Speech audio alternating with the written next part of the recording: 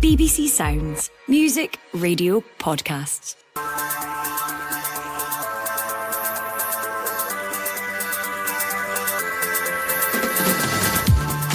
Hello and welcome to the Scottish Football Podcast. I'm Iona Ballantyne, and as we look ahead to the 2024-25 season, this is the latest in our series of preview episodes focusing on each of the 12 top flight teams.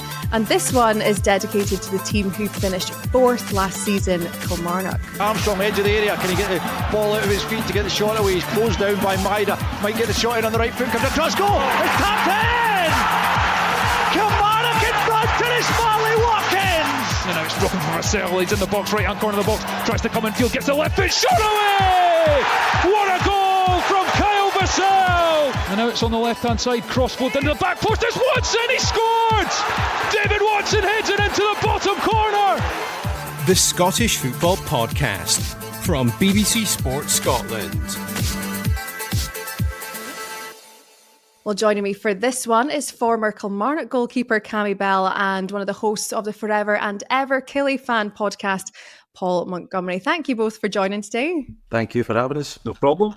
Now tell me, how's your summer been? Are you looking forward to getting back to league business, or are you still in heartache from the Euros? Well, I'm not too long back from Germany, Iona, so licking my wounds slightly, and the bank balance isn't looking too handy either. It was an expensive few days, great fun, but the football wasn't up to much at all. So I'm ready to get back to Kelly breaking my heart instead of Scotland. It's the hope that kills you, isn't it? But as mentioned, we are looking ahead to the new season. Before we get to that, let's quickly recap last season for the Rugby Park side.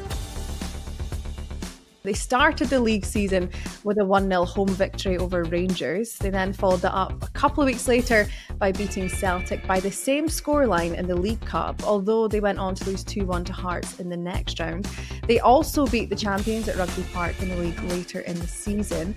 Now, despite strong showings at home, they hadn't won on the road in the league all season until they beat Aberdeen 1-0 at the Tawdry at the start of December. Although they would also lose 3-1 to the Dons there in March to fall out of the Scottish Cup at the quarter-final stage. Their top scorer and player of the year was Marley Watkins, and Derek McInnes was named Manager of the Year by the Scottish Football Writers Association. They finished fourth on 56 points, 9 ahead of St Mirren and 12 behind Hearts, and secured qualification for the Europa League second qualifying round.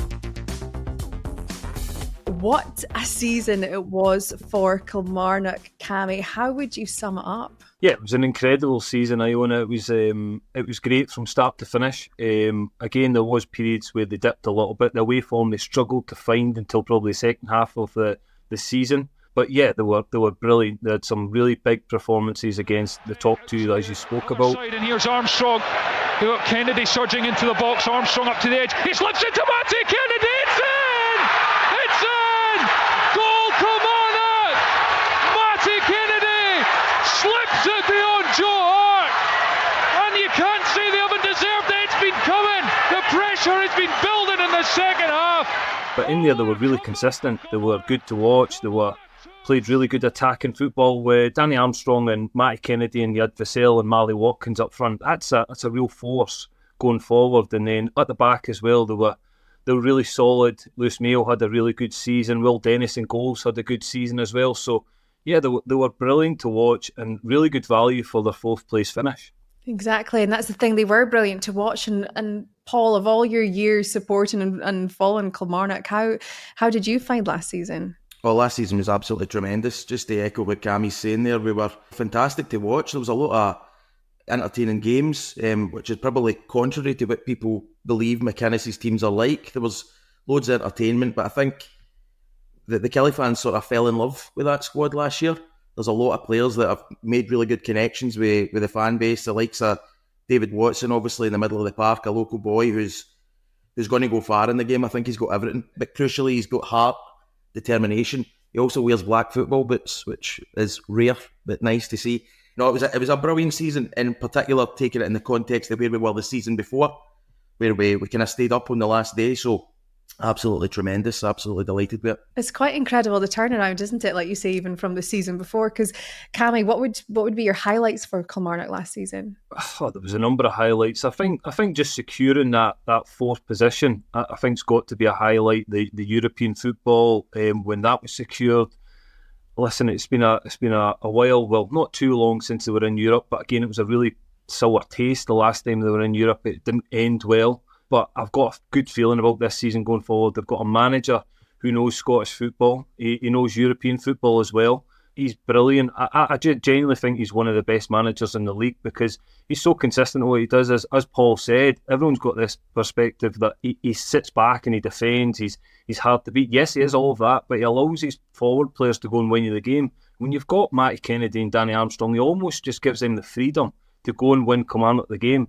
And yes, he's got his backline organised and hard to beat. But yeah, I've got to say, just securing that European spot's got to be the highlight. Securing the European spot, is that yours too, Paul? Aye, well, I think that has to be. But the home game against St Mirren, when we were down 2-0 at half time and come back and win 5-2. St Mirren don't know what's hit them here.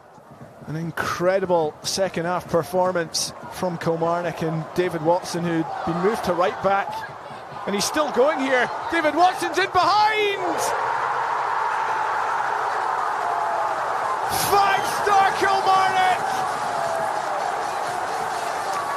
The star boy with the wonder goal! Not only was that obviously a quite kind of unusual scoreline and a very entertaining match, but I feel like that was the day that we really believed that we're going to do this here. We're going to get back into Europe. So that's the one that kind of stands out. But I obviously qualifying for Europe, just sensational. I'm going to ask you, Paul, out of 10, what score would you give Kilmarnock last season? Well, it's going to be very high, obviously. I don't ever want to give 10 out of 10 because there's always room for improvement, but I'd probably say it's an 8.5 or a 9 because particularly from Christmas onwards, our record was absolutely unbelievable. It was only the Old Firm that beat us in the league, so absolutely fantastic and just, I suppose, a marker for what Killie are capable of. You know what I mean? And I think other teams can take heart for that.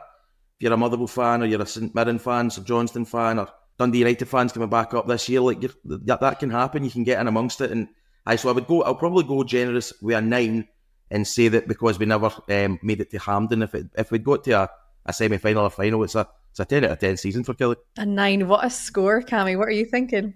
I'm going to replicate that. I say a 9 as well. I think that, as Paul says, there's always that room for improvement. If they'd got to a final, yes, that would have been the icing on the cake, really. But it was an incredible season, and it just shows you how much Kilmarnock as a club are evolving. They're going forward. They've got a good owner with Billy and Phyllis backing the club massively. They're getting a training ground built, so everything's going in the right direction. They've got a team on the pitch that the fans absolutely love.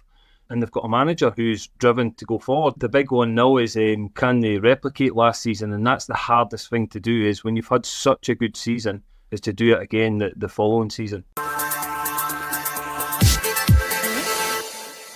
Well, let's look ahead to the new season, as you mentioned. I'm going to ask you for another score again, right? On a scale of 1 to 10, how optimistic are you feeling going into the new season, Paul? So again, I feel very optimistic. I think the fact that we've managed to keep the core of the squad together as it stands, obviously that could change. But it's quite unusual as a Kilmarnock supporter to be going into the next season kind of having an idea of what your starting 11 is going to be. So we have, I think we'll add a bit more quality and there might be some comings and goings, but so I feel very optimistic. And I think given Derek McInnes's record, he knows how to get points in this league.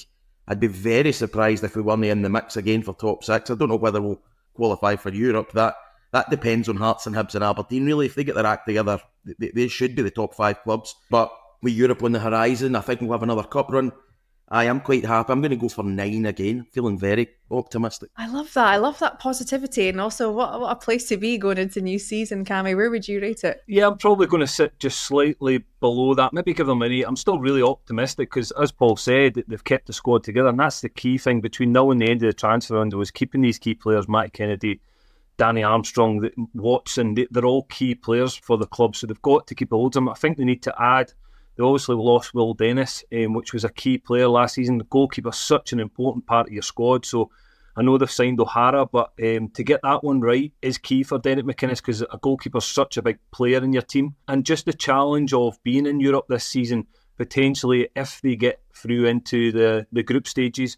We've seen it with Scottish teams that have really struggled in the league when they've had to navigate both. So, yeah, I'm still very optimistic. And Derek McInnes will know all this. He'll know that he wants to get in them group stage and it's going to be hard.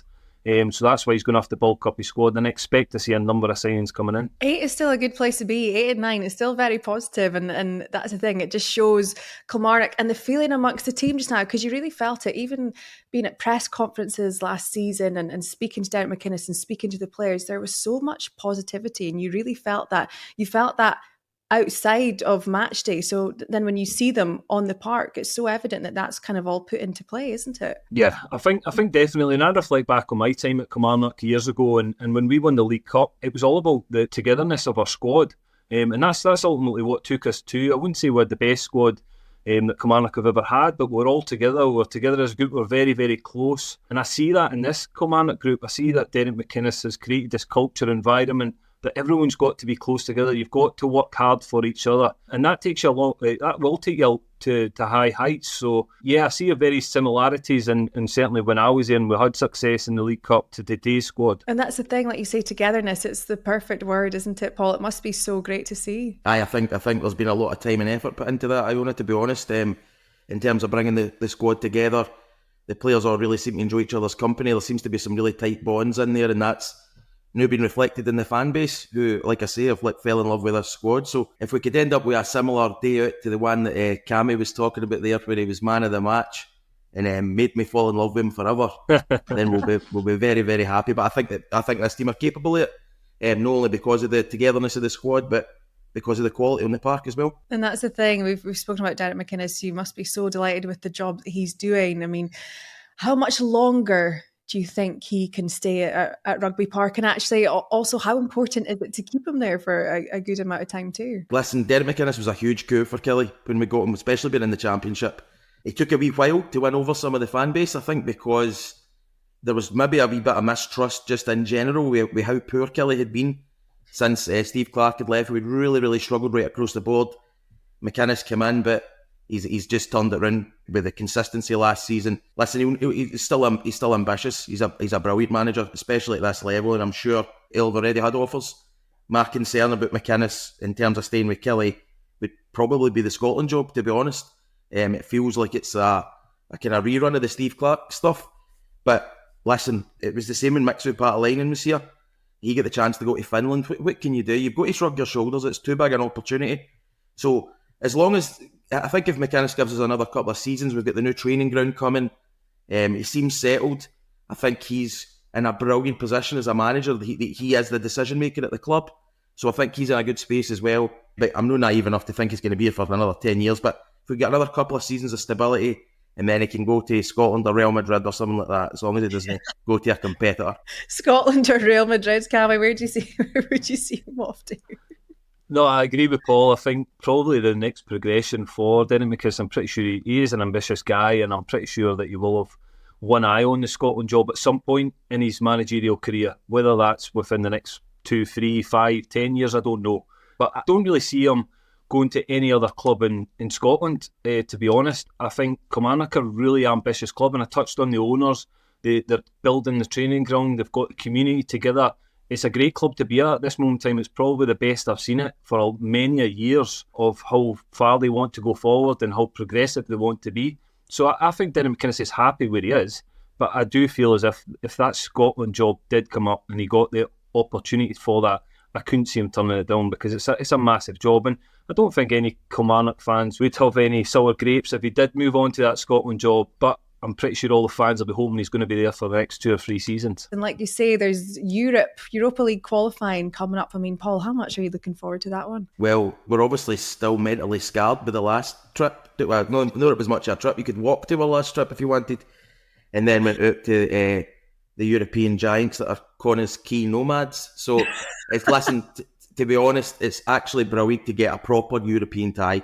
You know, you're away to Belgium. I think Cercle Bruges, they finished 4th in Belgium last year, so there'll be a decent standard. But for the fans, it's like a reward. I mean, Cammy will know himself as a player. Like, there's a kind of shared goal with all this stuff. Everybody knows like Kelly are only going to go and win that competition, so playing in it is the reward.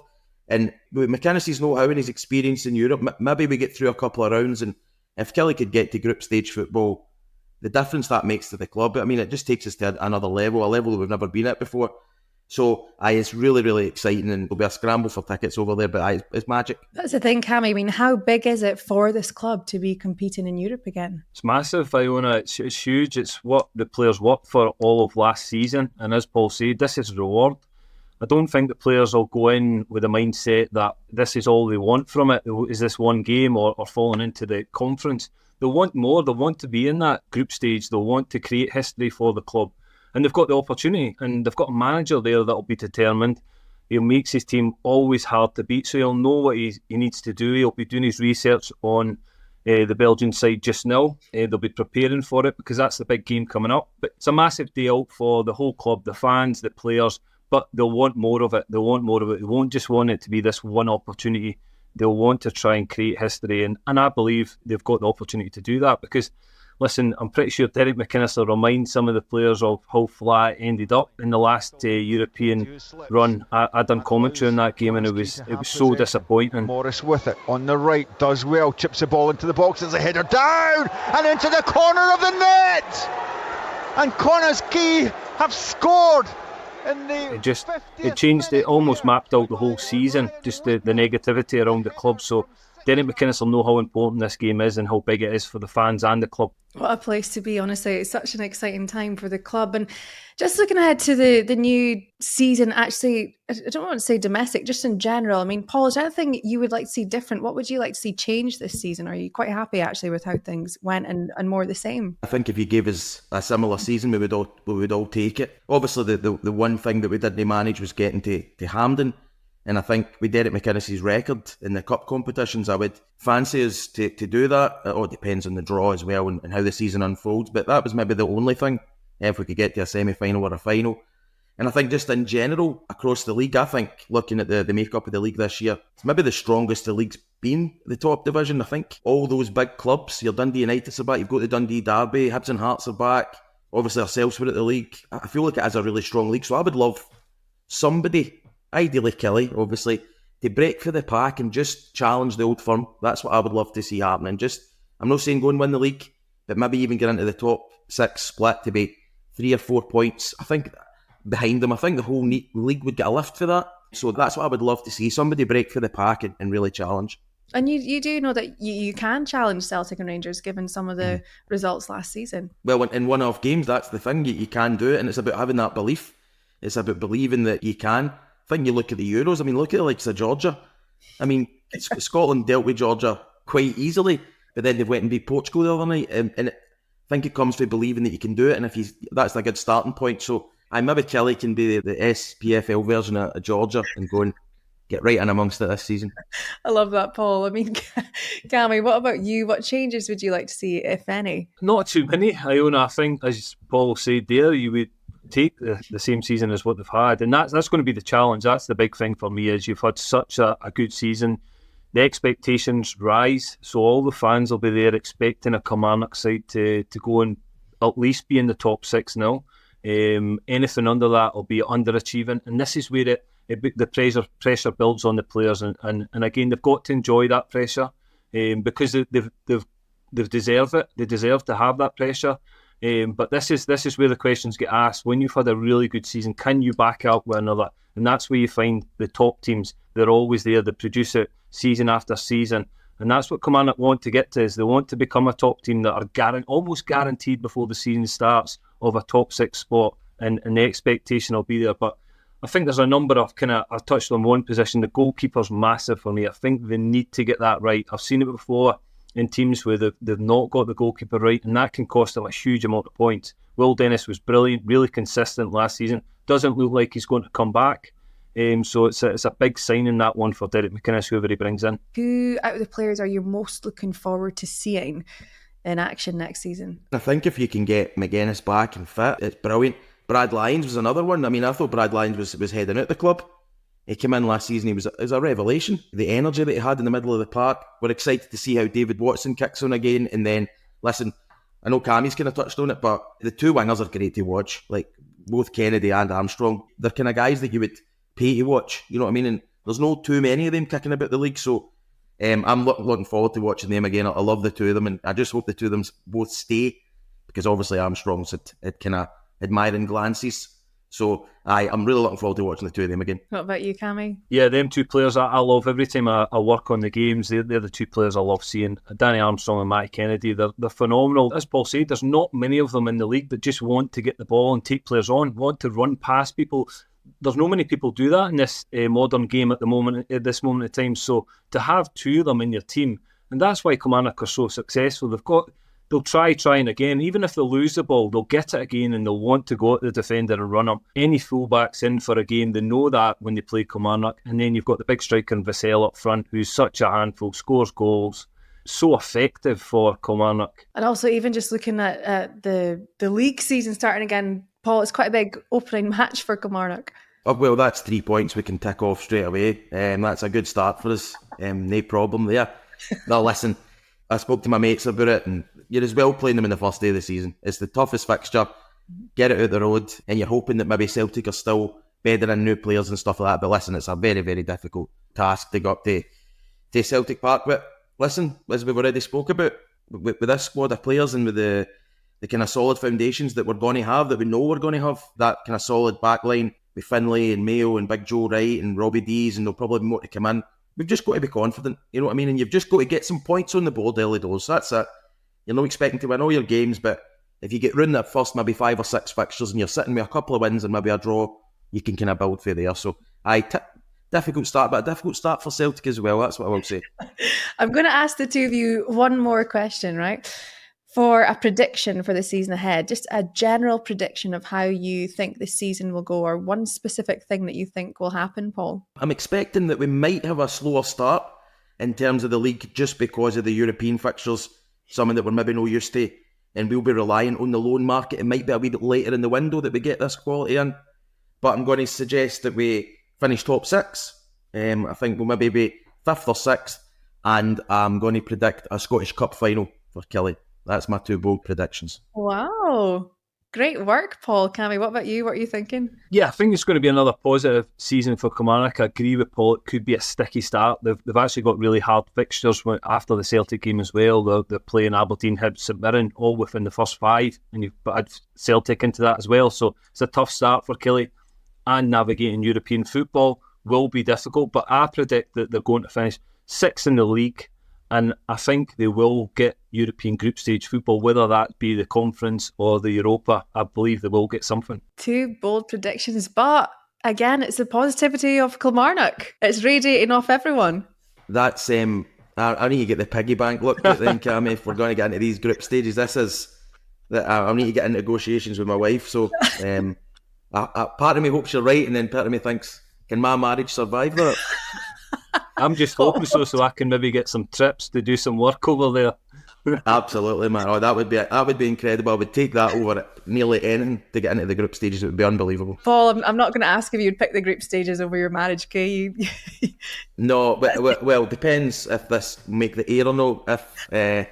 If it makes air, then no, marriage all the way. But if no, group stages. Yeah, we'll revisit this, right? Group stage and a cup final.